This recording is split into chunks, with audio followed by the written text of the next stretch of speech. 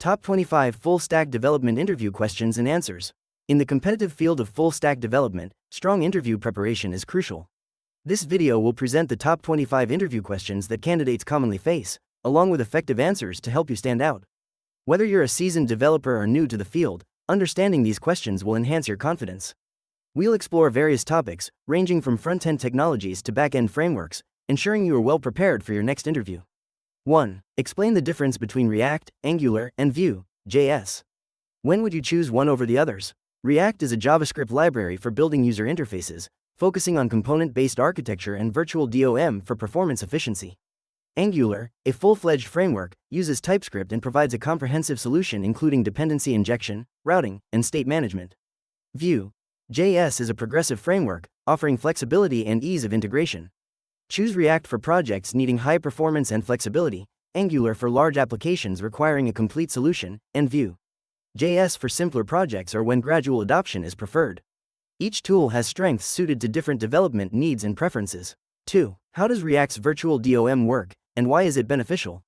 React's virtual DOM is a lightweight representation of the actual DOM. When a component's state changes, React creates a new virtual DOM tree and compares it with the previous version using a diffing algorithm.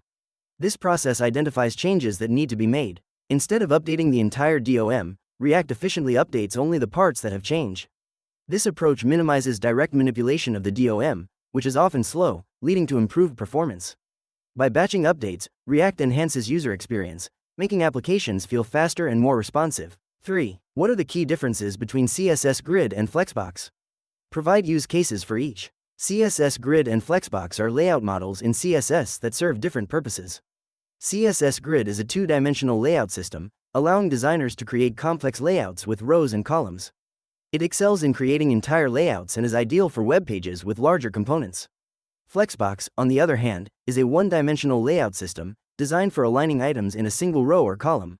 It works well for smaller components, such as navigation bars or card layouts, where items need to adjust dynamically.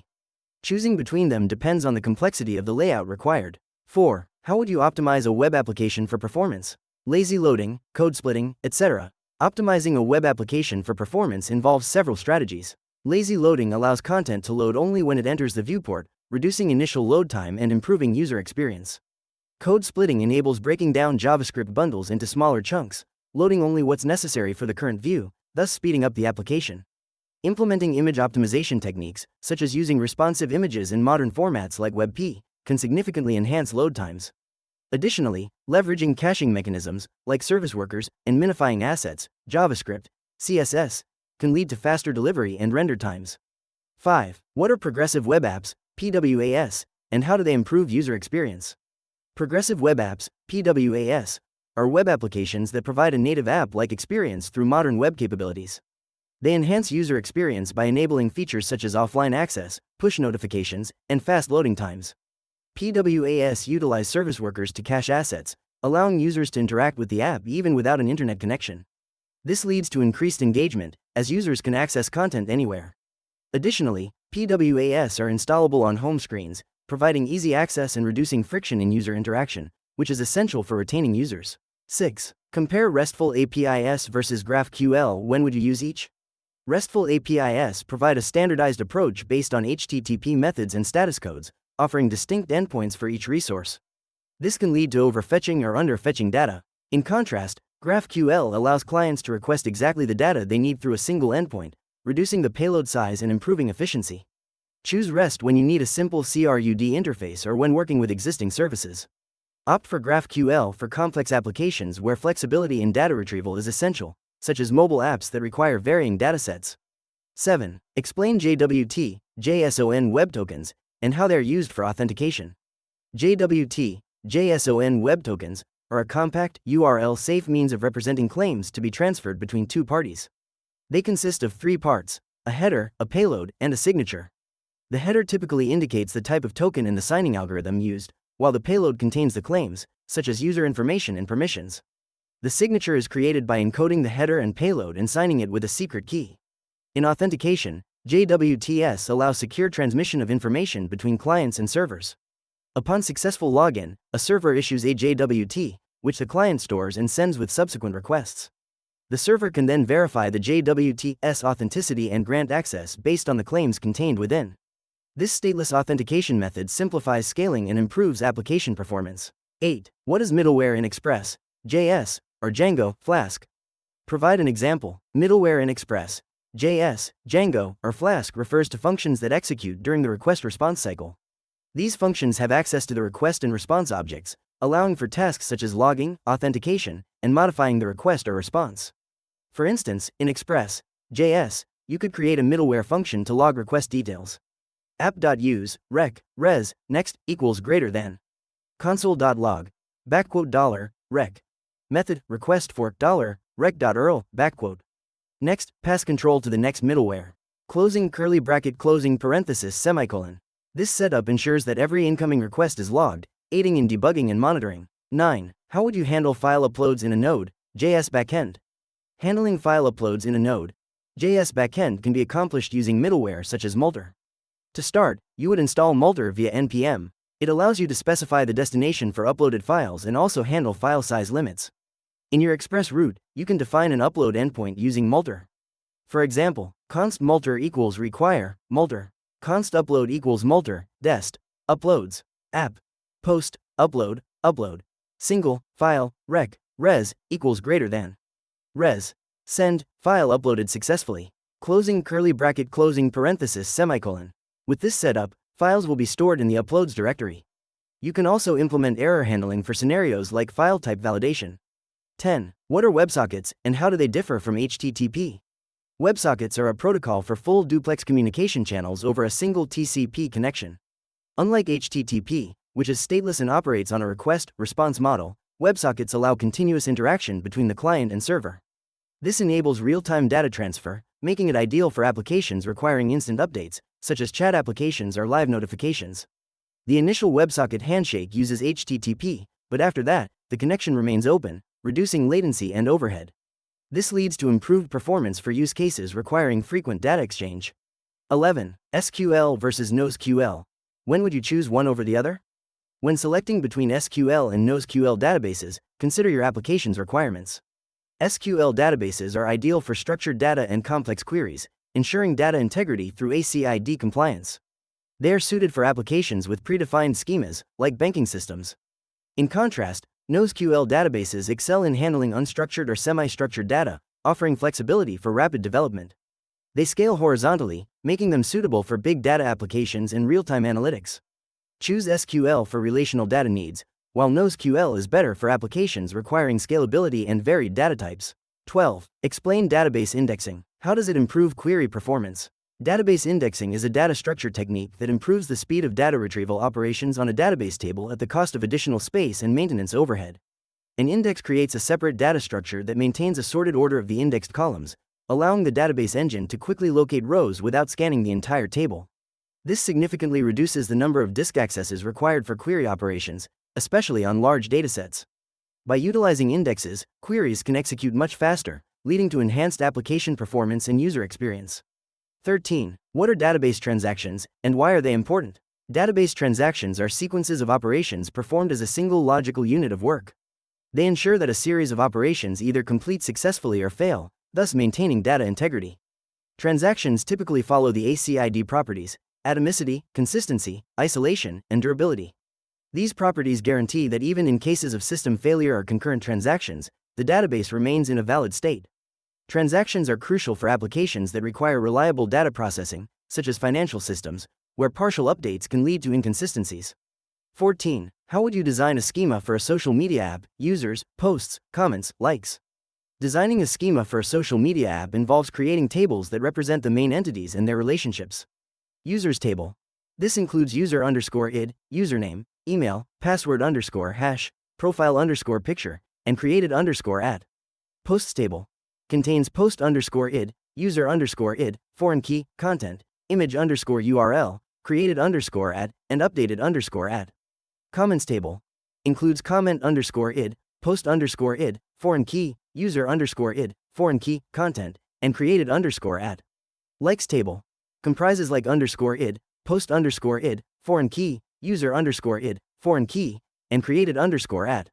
This design allows efficient data retrieval and supports functionalities like user feeds, commenting, and liking posts. 15. What is database normalization, and when would you denormalize? Database normalization is a design process that organizes data in a way that reduces redundancy and improves data integrity. This involves dividing large tables into smaller, related tables and defining relationships between them. Normalization typically follows several normal forms, each with specific rules to ensure data is logically stored. Denormalization, on the other hand, involves combining tables to improve read performance, particularly in read-heavy applications. It can be beneficial when the complexity of joins impacts performance or when data retrieval speed is prioritized over storage efficiency. Choosing between normalization and denormalization depends on the specific use case and application requirements.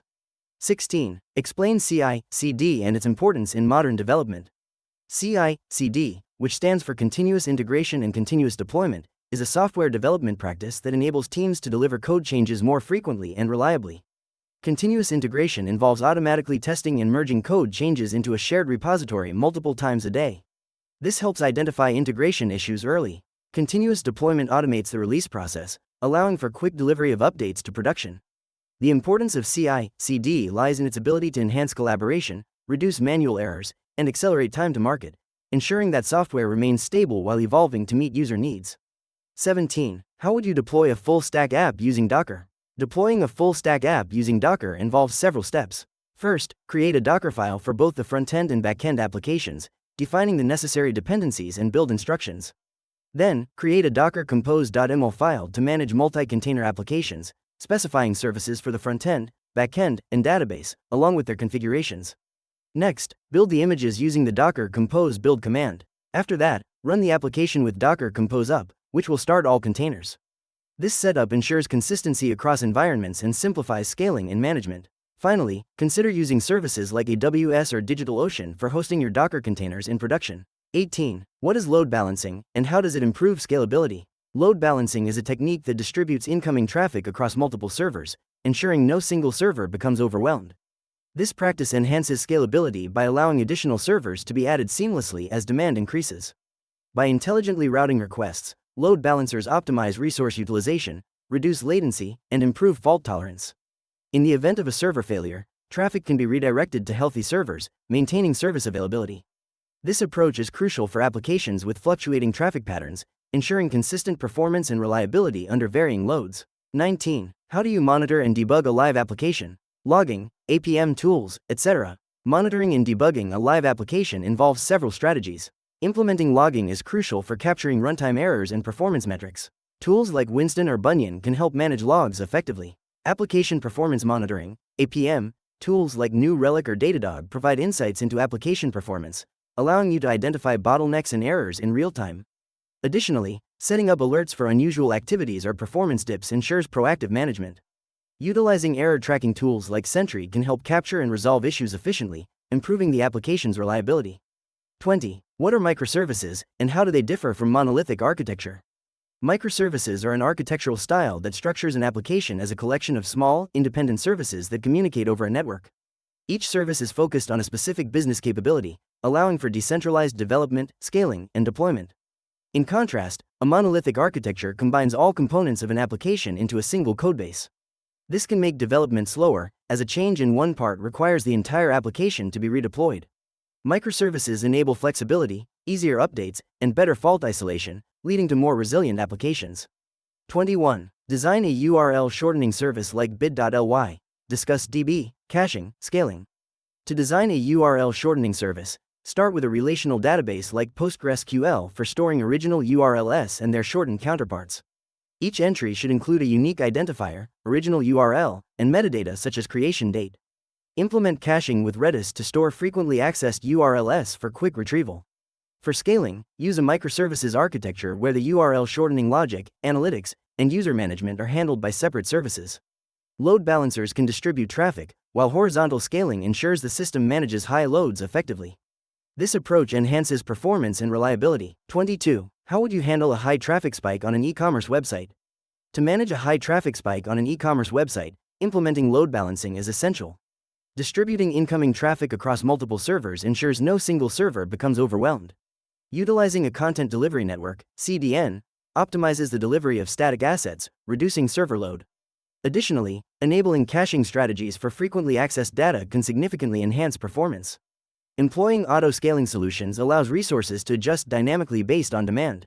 Finally, optimizing the database queries and ensuring efficient indexing can help maintain responsiveness during peak times.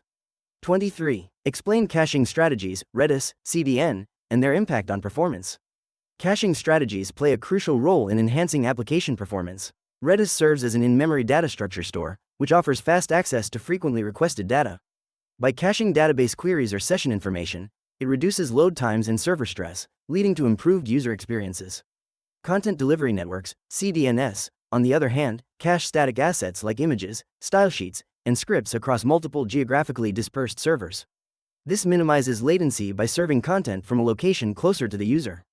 Both strategies significantly reduce server response times, improve application scalability, and enhance the overall user experience. 24. What are some security best practices for full-stack development? When developing full-stack applications, implementing security best practices is crucial. Use HTTPS for secure data transmission, ensuring all communications are encrypted.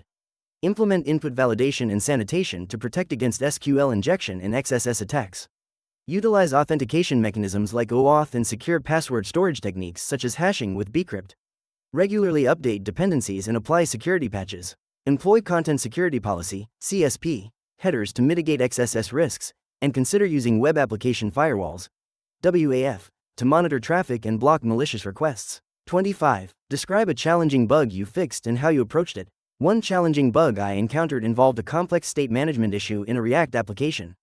The UI was not updating correctly in response to user actions.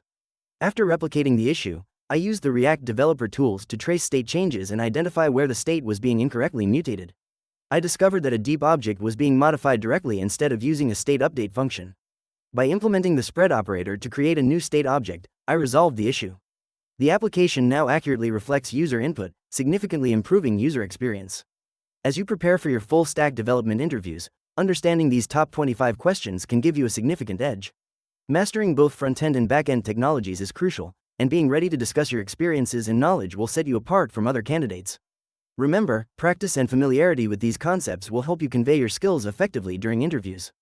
If you found this video helpful, please give it a like and subscribe for more valuable content on full-stack development and programming tips. Good luck with your interviews.